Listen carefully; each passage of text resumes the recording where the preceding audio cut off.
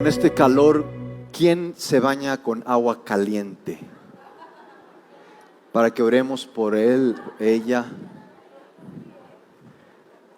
El agua fría me sale caliente. Hoy es el último relato en la secuencia de relatos históricos del doctor Lucas. Y hoy el relato correrá a cargo de las mujeres. ¿Cuántos les creerán? ¿Cuántos les creen a las mujeres? Yo les creo. Yo sí te creo. Qué bueno que nos acompañan en este último capítulo de Investigando a Jesús. Y hoy el doctor Lucas va a hablarnos de lo que las mujeres hablaron respecto de la resurrección de Jesús. ¿Quiénes creen que sean más complicados? ¿Los hombres o las mujeres? ¿Quiénes creen que se contradigan más? Los hombres. ¿Quiénes creen que se contradigan más? ¿Los hombres o las mujeres? A ver, levanten su mano quienes digan que son las mujeres. ¿Los hombres? Yo creo que son las mujeres. Y sé que me estoy complicando. Espero no contradecirme al rato que llegue a casa y tenga que dormir en algún lugar distinto a mi lecho usual. Esto Dios me lo ha mostrado y le doy tantas gracias de lo incongruente que soy. Soy tan incongruente, mis amigos, y esto me lo ha hecho ver Dios, y es gracias a su misericordia que me he dado cuenta. Qué increíble. Y me ha dado ejemplos. Después se los cuento, los ejemplos. Me he dado cuenta de que digo cosas que no hago. Me he dado cuenta que digo cosas que después no hago. Y saben, tan es así me he dado cuenta, o Dios me ha mostrado en su gran misericordia, al cual le doy tantas gracias, me he dado cuenta de mi incongruencia. Tan es así me he dado cuenta de esta incongruencia de que, escuchen esto, de que me enojo con personas que dicen una cosa y no la hacen. Así de incongruente soy. Me enojo con personas que dicen una cosa y hacen otra cosa. Así de incongruente soy. Y hoy quiero tratar con ustedes cómo cambiar mi contradicción. Cómo cambiar mi contradicción, porque creo que es lo que más caro nos está saliendo, nuestra contradicción. No la crisis, nuestra contradicción. Cómo cambiar mi contradicción, nuestra contradicción. Y quiero que abordemos varios ejemplos en esto. Y para ello yo creo que nada mejor que lo que las mujeres nos van a contar en el último capítulo de Lucas. Hoy veremos el capítulo 24 de Lucas. Y permítanme darles un breve y final repaso. Ya nos queda sola esta semana de el objetivo de esta nuestra serie Investigando a Jesús. Y es darnos cuenta, no es solo darnos cuenta, es que tú y yo investiguemos acerca de quién es Jesús. Que tú y yo veamos acerca de la realidad de Cristo Jesús. Y en la semana encontré un libro muy bueno que se llama El judaísmo y el cristianismo antiguo. Y en este libro da detalle y abunda en este hecho fundamental y que hemos tomado como objetivo en nuestra serie, que los evangelios, y cosa interesante, fuera de los evangelios o fuera de los relatos históricos que hicieran de Jesús con Mateo, Marcos, Lucas y Juan y los hechos de los apóstoles, fuera de esos relatos históricos no hay más evidencias de la persona de Jesús. No hay otro lugar, otro documento que te diga quién es Jesús. No hay. Fuera de esta herencia que tenemos en los relatos históricos de los evangelios, no tenemos otra manera de conocer a Jesús. Y este libro habla de que en los evangelios hay contradicciones. ¿Cuántos creen que los evangelios contengan contradicciones? ¿Cuántos ya los leyeron primero? ¿Cuántos ya los leyeron? Sí me he dado cuenta que tienen contradicciones. Yo no levanto la mano porque ni los he leído. Los evangelios, es correcto, contienen contradicciones. Y este libro nos precisa que eso no descarta el que sean auténticos. Es algo que me gustó mucho del libro. Y el libro apunta que los evangelios no son escritos sagrados, no son textos religiosos, son recuentos históricos. Y si bien, porque es el recuento de testimonios orales que Lucas y los demás evangelistas, Mateo, Marcos y Lucas y Juan, recogieron, si bien hubo alguna distorsión en el testimonio oral, porque de boca en boca seguramente algo se perdió y de comunidad en comunidad algo se perdió, el libro nos da el respaldo de que eso no quita que sean relatos históricos, recuentos históricos y que tengan veracidad. De hecho, tomo esta frase del libro que me parece muy concerniente con nuestra serie: la llamada tesis mitológica que no reconoce en Jesús una figura histórica no resiste el menor análisis. Una increíble conclusión de este libro: cuando pensemos que Jesús es un mito o cuando hablemos de él como un hippie, recordemos que es una figura histórica que existió y que fue quien dijo ser. De modo que tenemos, ¿y quién mejor que estos escritos? ¿Y quién mejor que Lucas para hablarnos de la persona de Jesús?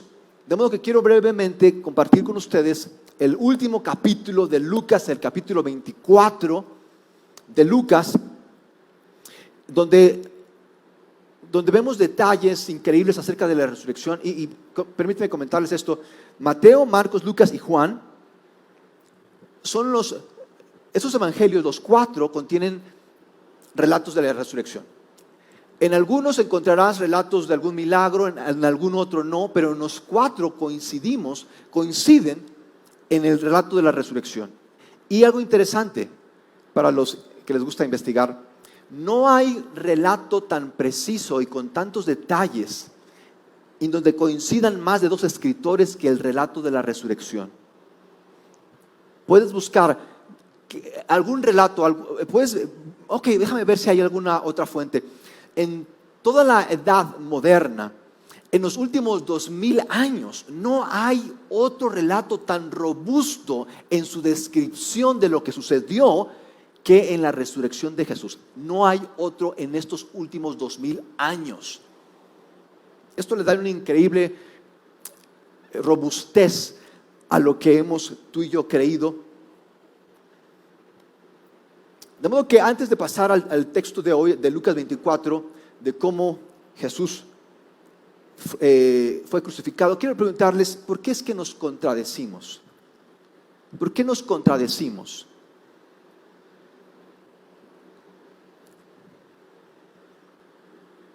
En el caso de Pedro, por miedo. En el caso de Pilato, por quedar bien con los demás, aunque eso al final lo puso mal. En el caso de los seguidores, de los líderes religiosos, por envidia. En el caso de Pablo, por orgullo. ¿Por qué nos contradecimos nosotros?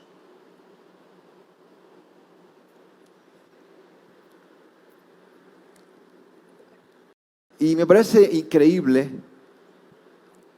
que Jesús les hablara de que Él iba a ser crucificado, pero que al tercer día iba a morir. Antes de que eso sucediera, imagínense, esto les invito a que leas la Biblia. Estaban tan emocionados los discípulos y los seguidores de Jesús que una semana antes de que crucificaran a Jesús, en la entrada a Jerusalén, era tanta la expectación por Jesús que la entrada a Jerusalén le pusieron la entrada triunfal. La gente se volcó a Jerusalén.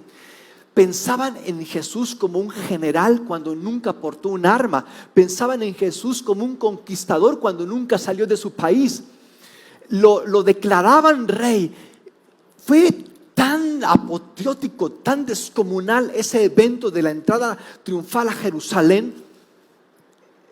de que pensaron de que ya les haría justicia la revolución. Ahora sí, va a cambiar la cosa. Qué bueno que Jesús está con nosotros.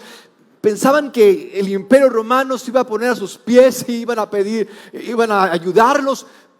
Y quiero que noten, Jesús les había dicho vez tras vez, me van a crucificar, no se me emocionen tanto, me van a crucificar, pero yo voy a resucitar. Sí, y la gente no, los discípulos no, que no. Jesús contradiciéndole a Jesús, por favor no te me desanimes, mira que esto va bien, mira que esto va avanzando, mira que vamos a cambiar el mundo. Y Jesús, por favor, me van a crucificar. Y no le creyeron. De hecho, no debieron haber crucificado a Jesús, los debieron haber apedreado, porque no era romano, era judío. Si él había pecado, su pena era apedreamiento, morir por apedreamiento. Pero ¿por qué lo crucificaron? Los líderes religiosos judíos usaron a los romanos para que crucificaran a Jesús. Y noten esto, y en usar a los romanos abrieron una puerta. Para que los romanos se hicieran cristianos y no judíos. Jugada maestra del maestro. Y quiero contarles un poco al respecto, pero permítame brevemente ir entonces al capítulo 24 de Lucas. Lucas comienza así su relato histórico, este último capítulo de la vida de Jesús. Dice Lucas, el primer día de la semana. Para ellos era domingo, para nosotros es el último. Más o menos el viernes a las 9 de la mañana crucificaron a Jesús. A las 3 de la tarde estaban declarándolo muerto, bajándolo de la cruz. 9 horas en el que estuvo Jesús en la cruz.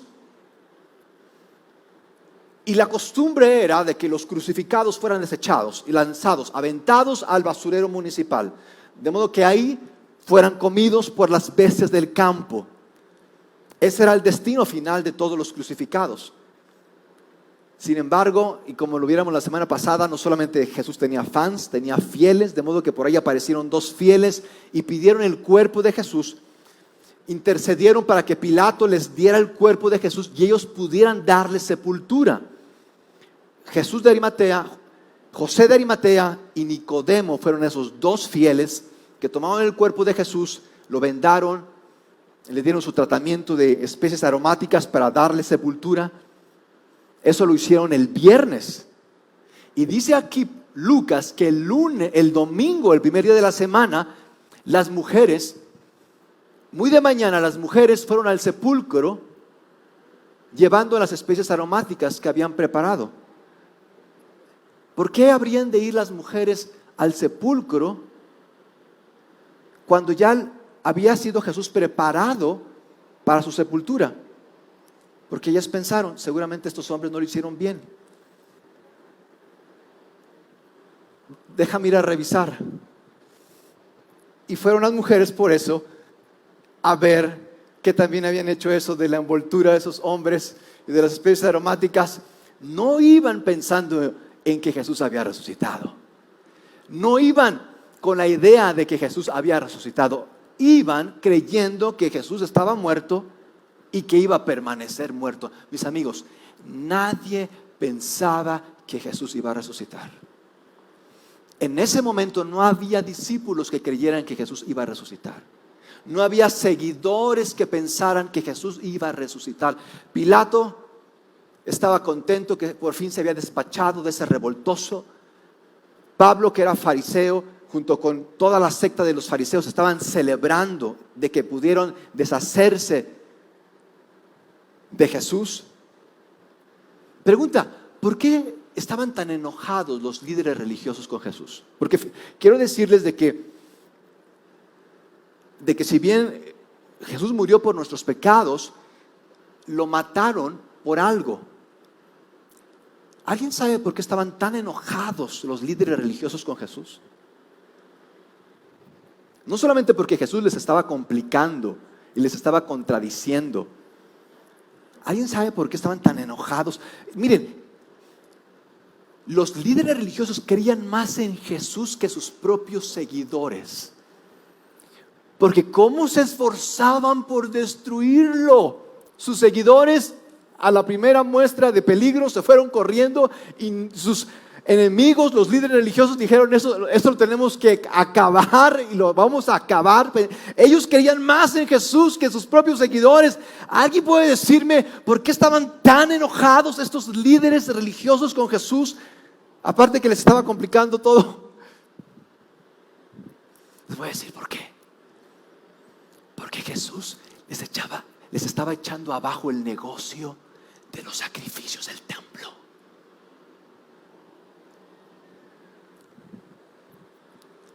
Por eso había seguidores de Jesús y había seguidores del templo. Nadie pensaba que debería considerarse una de las 7 maravillas del mundo antiguo, el templo de Herodes. Deberían incluirlo, deberíamos de proponerlo en change.org. Yo les animo a que manden la petición. Deberían de considerarlo porque era una impresionante construcción. Impresionante el templo de Herodes, donde se realizaban los sacrificios. Los discípulos se sorprendían de este templo. Una vez le dijeron: Jesús, ¿tú crees que esto se va a dejar de hacer, los sacrificios, y que traigan su ovejita y denme una palomita para perdón de los pecados? ¿Tú crees que esto se va a dejar de hacer? Y Jesús les dijo: lo que ven no va a quedar piedra sobre piedra. Y se burlaron de Jesús. Pero Jesús, ¿cómo crees que esto que ves, tan increíble y esplendoroso, cómo crees que se va a acabar, Jesús? Estás loco. Jesús decía que Él era mayor que el templo, y eso les enojaba. Jesús decía: yo soy mayor que el templo, que este templo. Yo soy mayor que Moisés. Yo soy mayor que la ley. Yo soy mayor que la Torá que ustedes adoran. Yo soy mayor. Y de hecho, 40 años les duró el gusto con el templo. En 40 años no quedó piedra sobre piedra de ese lugar. Fue destruido, quemado, desaparecido.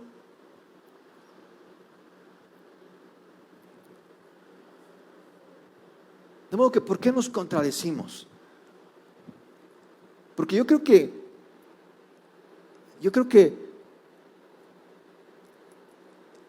en el fondo ese es mi problema. ¿Cuántos tienen problemas? ¿Cuántos tienen problemas? Con uno mismo. No, con uno mismo. Esos son los más. Esos son los más. Yo tengo, pero fíjense, yo soy mi mayor problema, pero no me doy cuenta, porque la contradicción. No me doy cuenta, y yo por eso no me decepciono de la gente. Tú podrás decirme de la gente, y yo no me enojo con la gente. La gente puede hacer y deshacer. Nunca me verás enojado ni decepcionado con la gente. ¿Sabes por qué? Porque conmigo basta y sobra. Yo me conozco, sé de dónde me ha sacado y dónde Dios me tiene, y sé quién soy. Para todos los que no tienen problemas, se me hace que no se conocen. Y algo increíble en lo que Dios, eso es de las cosas que más agradezco a Dios, que me ha ayudado a enfrentar mi contradicción. ¿Qué es lo que más caro me sale? Enfrento continuamente a Dios en lo que creo que debe de ser. Los discípulos le decían a Jesús cómo debería hacer y cómo debería de hacerle y cómo debería de Él actuar, en lugar de que ellos pudieran ¿Y cuál es mi problema? Yo creo que mi problema es que no escucho, que soy medio necio, aunque más bien necio por 2, que me encanta discutir. Yo creo que ese es no hago caso. Y hay una historia que quiero en este sentir. Las mujeres fueron con los apóstoles a decirle: Jesús había resucitado. Bueno, no, permítame aclaro. Las mujeres no fueron con los apóstoles diciendo que Jesús había resucitado. ¿Saben qué fue lo que dijeron? No encontramos el cuerpo. Ellas no creyeron que Jesús había resucitado. Lo que creyeron es que alguien se había robado el cuerpo. No, Jesús resucitó. Fueron con los apóstoles diciendo, no encontramos el cuerpo, se me hace que alguien se lo robó. Y los discípulos, los hombres no creyeron a las mujeres de que no estaba el cuerpo. ¿Cómo crees que no está el cuerpo? Jesús está muerto y ahí va a permanecer muerto. ¿Saben, mujeres? ¿Saben qué? Se equivocaron de tumba. Fueron a la tumba equivocada. ¿Cómo creen que no va a estar ahí Jesús? ¿Cómo creen que no va a estar su cuerpo? Pero ni los hombres ni las mujeres pensaban que Jesús había resucitado. Nadie pensaba que Jesús había resucitado. No había seguidores de Jesús. No había quien creyera que Jesús estaba vivo. Todos habían abandonado la causa de Jesús. Dos hombres, se cree que era Pedro y Juan o algún otro discípulo, estaban tristes, estaban desesperanzados, iban camino a Emaús, dice Lucas. Iban hablando de todo lo que había pasado, de cuán tristes, desesperados, desanimados se sentían, cuando Jesús se acerca a ellos y les pregunta. Jesús les pregunta a ellos, sin que ellos supieran quién era quien les preguntaba, ¿por qué están tan desanimados? ¿Y por qué están tan tristes? ¿Y por qué los encuentro así? Y estos hombres, ¿a poco tú eres el único que no sabe todo lo que ha pasado en Jerusalén? ¿Eres el único que no sabe lo que le pasó a Jesús? Hombre poderoso en palabra y obra, ungido por Dios. Nosotros albergábamos, aguardábamos, nosotros pensábamos que Él era el Mesías, creíamos que Él era el Mesías, pero a los Mesías no los matan. Nosotros pensábamos que Él era el rey de Israel, pero a los reyes no los derrotan. No era el Mesías, no era el rey de Israel. Era un alborotador más, un defraudador, como muchos de los que aparecen y después se van. No era él quien decía ser.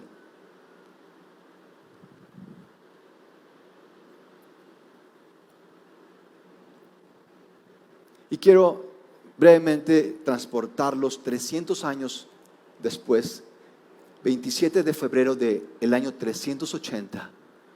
Por un momento quiero que nos detengamos en este momento del tiempo en el que Teodosio I, llamado el Grande, emite un edicto. Es el edicto de Tesalónica, en el que declara como religión oficial del imperio al cristianismo.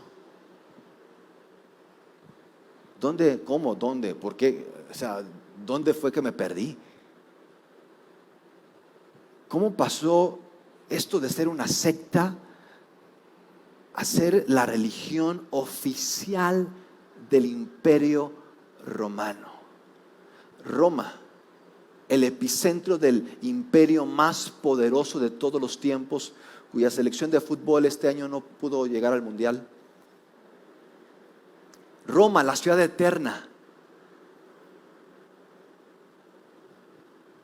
Roma adora a quien aborrecía. Roma celebra a quien crucificó. ¿Qué?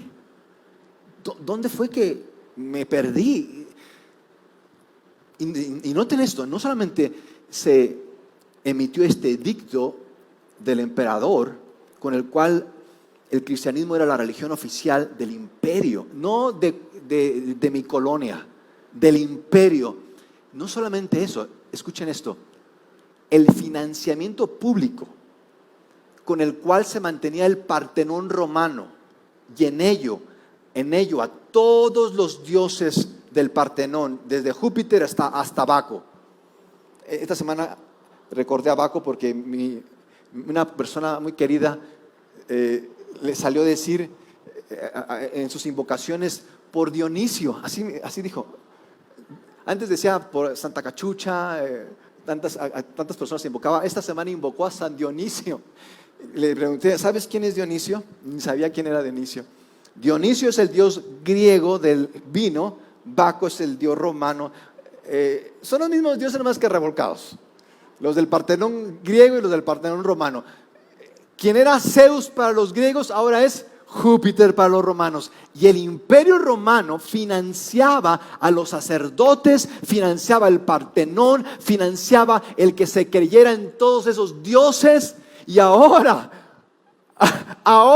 el financiamiento de ellos va a ser para la iglesia cristiana. Ahora entiendo cómo es que hicieron universidades y construyeron hospitales. Ya después la regaron en hacer catedrales.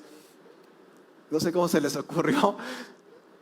Todo el financiamiento del imperio ahora en poder de la iglesia. Los romanos ya no adoran a Júpiter, ahora adoran a Jesús. Ya no tienen muchos dioses, ahora tienen un solo Dios.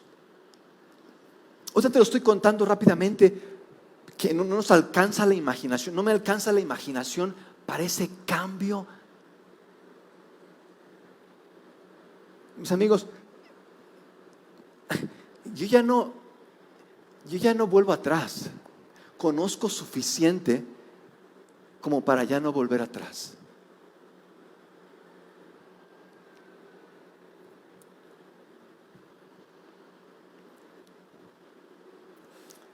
Hoy Roma, tú vas a Roma, en el Coliseo donde murieron tantos cristianos, muertos por los leones. En la mera entrada del Coliseo tú vas a encontrar ahora una cruz. Y Roma llena de cruces. Pero ya no son símbolo de crucifixión. Ahora son símbolo de compasión.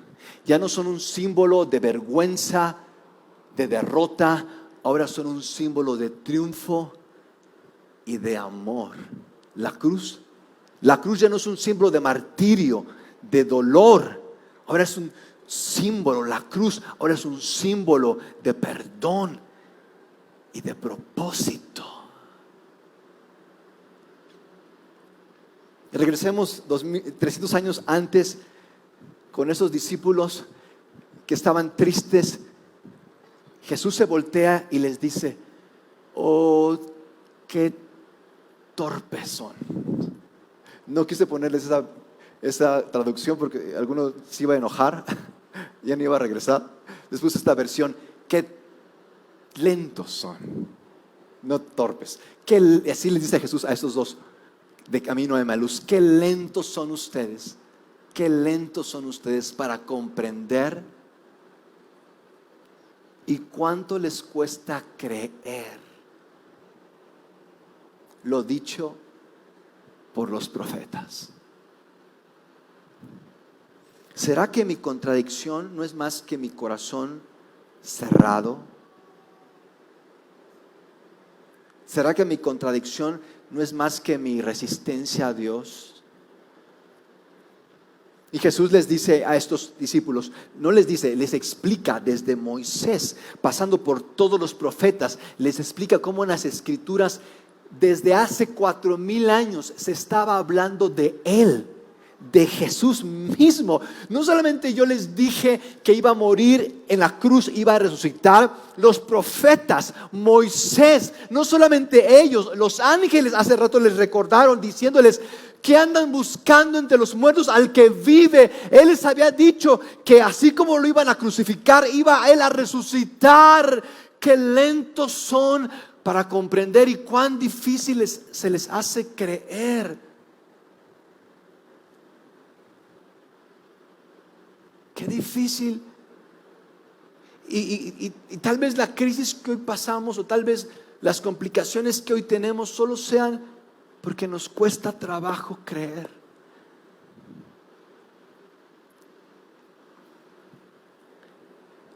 Pero sabes, yo tengo algo increíble que decirte.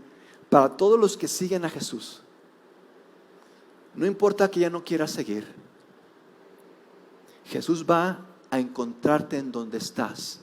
Jesús va a ir a tus dudas, Jesús va a ir a tus crisis y te va a encontrar y te va a traer. Cuando tú ya no quieras seguir, Él te va a encontrar para que tú puedas continuar. Mis amigos, Estamos siendo encontrados por Jesús tanto como tú y yo le estamos siguiendo. Jesús los encuentra, Jesús se revela a ellos. Ellos se dan cuenta que es Jesús. Finalmente su mente se abre y se dan cuenta que es Jesús. Y Jesús les dice, para cerrar el capítulo 24, entonces les abrió la mente para que comprendieran el sentido de las Escrituras. Y añadió, estaba escrito que el Mesías tenía que morir y que resucitaría al tercer día. Y también que en su nombre se ha de proclamar, vean esto, porque tú y yo aquí somos parte de esta profecía que se ha cumplido cabalmente. Y también que en su nombre se ha de proclamar a todas las naciones, comenzando desde Jerusalén, un mensaje de cambio, un mensaje de conversión, un mensaje de arrepentimiento y de perdón de los pecados. Ese es nuestro mensaje ahora, esa es nuestra misión. Hablar, compartir, vivir arrepentimiento. Hablar, compartir, vivir cambio en nosotros. Ya no somos iguales, no podemos ser iguales. Y de perdón. Hay perdón, no importa lo que hayas hecho, no importa en dónde hayas estado, hay perdón de pecados.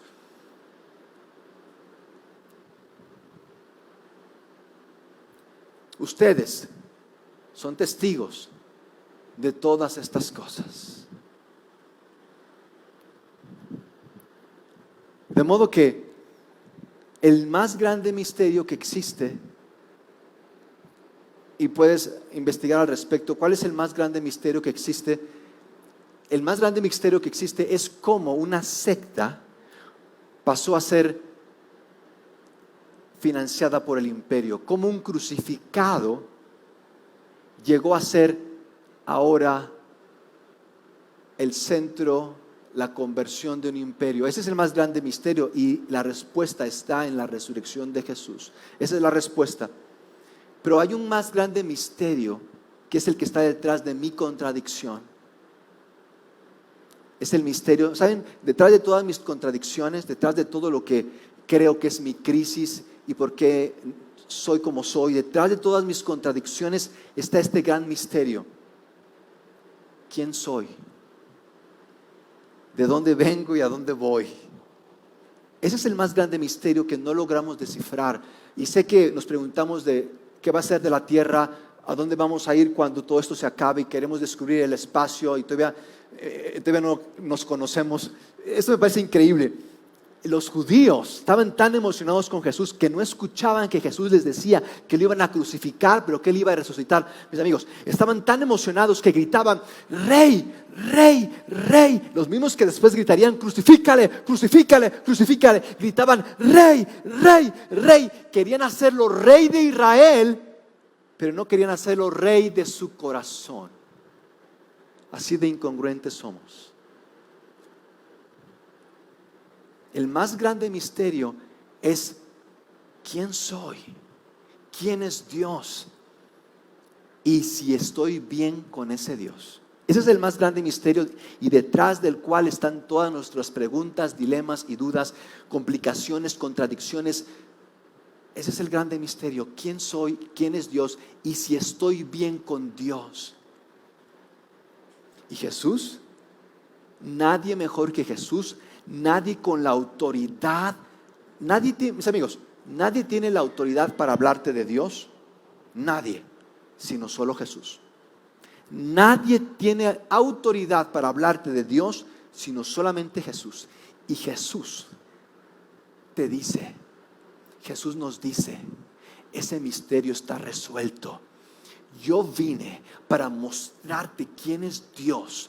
Vine para pagar el precio de tus pecados. Vine para justificarte con mi Padre.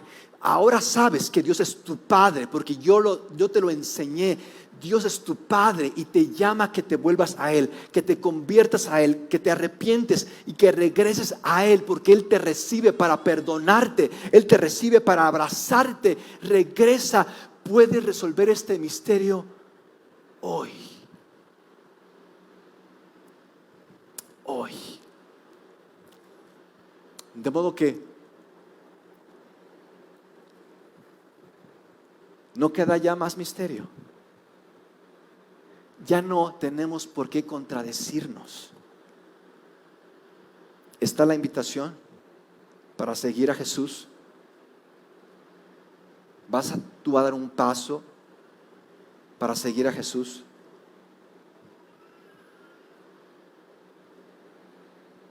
¿Qué vas a hacer con Jesús? ¿Qué vas a hacer con Jesús? Porque yo creo que los cristianos finalmente somos las personas que menos deberíamos contradecirnos.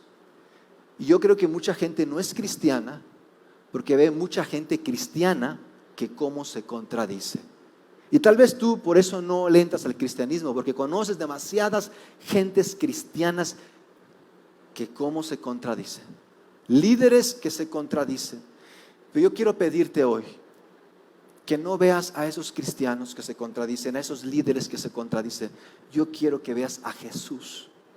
Porque quiero decirte que la fe no son otros cristianos, la fe no son los líderes de la iglesia, la fe no es lo que ha hecho la iglesia, la fe es quién es Jesús y lo que ha hecho por ti y por mí.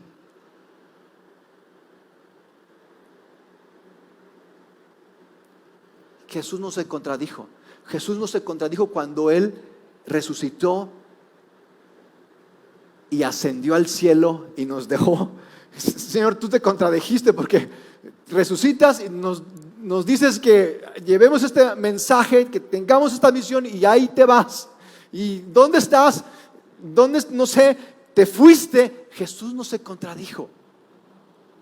Jesús nos ha dejado una misión que Él comenzó.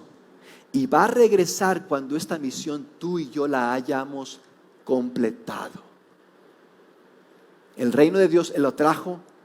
Tenemos tú y yo todo lo necesario para llevar a cabo esta misión. No hay más excusas, no hay más justificaciones.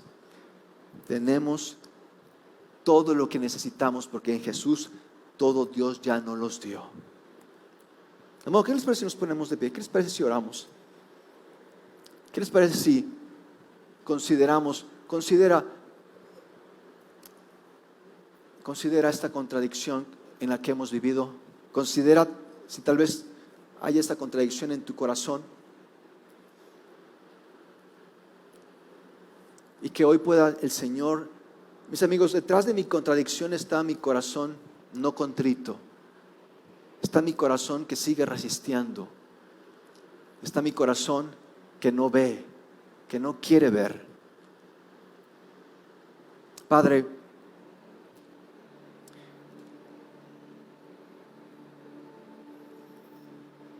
te pido por cada uno de nosotros que ahora, como seguidores tuyos, tenemos esta misión de vivir una vida diferente y de vivir el perdón que tú nos has dado en cada cosa en la que nos contradecimos, en todas las cosas en las que nos justificamos, Señor, que podamos dar un paso a ti. Porque cada paso que damos a ti es un paso en el que tú nos encuentras. Y si hemos tal vez dicho o nos hemos preguntado por qué tú no respondes y por qué tú no haces y por qué me has dejado así y tantas cosas con las que luchamos, tal vez sea porque no hemos dado un paso hacia ti aún. Porque cada paso que demos a ti será un paso en el que tú nos encuentres. De modo que en el nombre de Jesús te pido que podamos dar algún paso. Que podamos dar un paso hacia ti. Gracias porque tú diste todos los pasos hacia nosotros para encontrarnos. Gracias. En Cristo Jesús. Amén.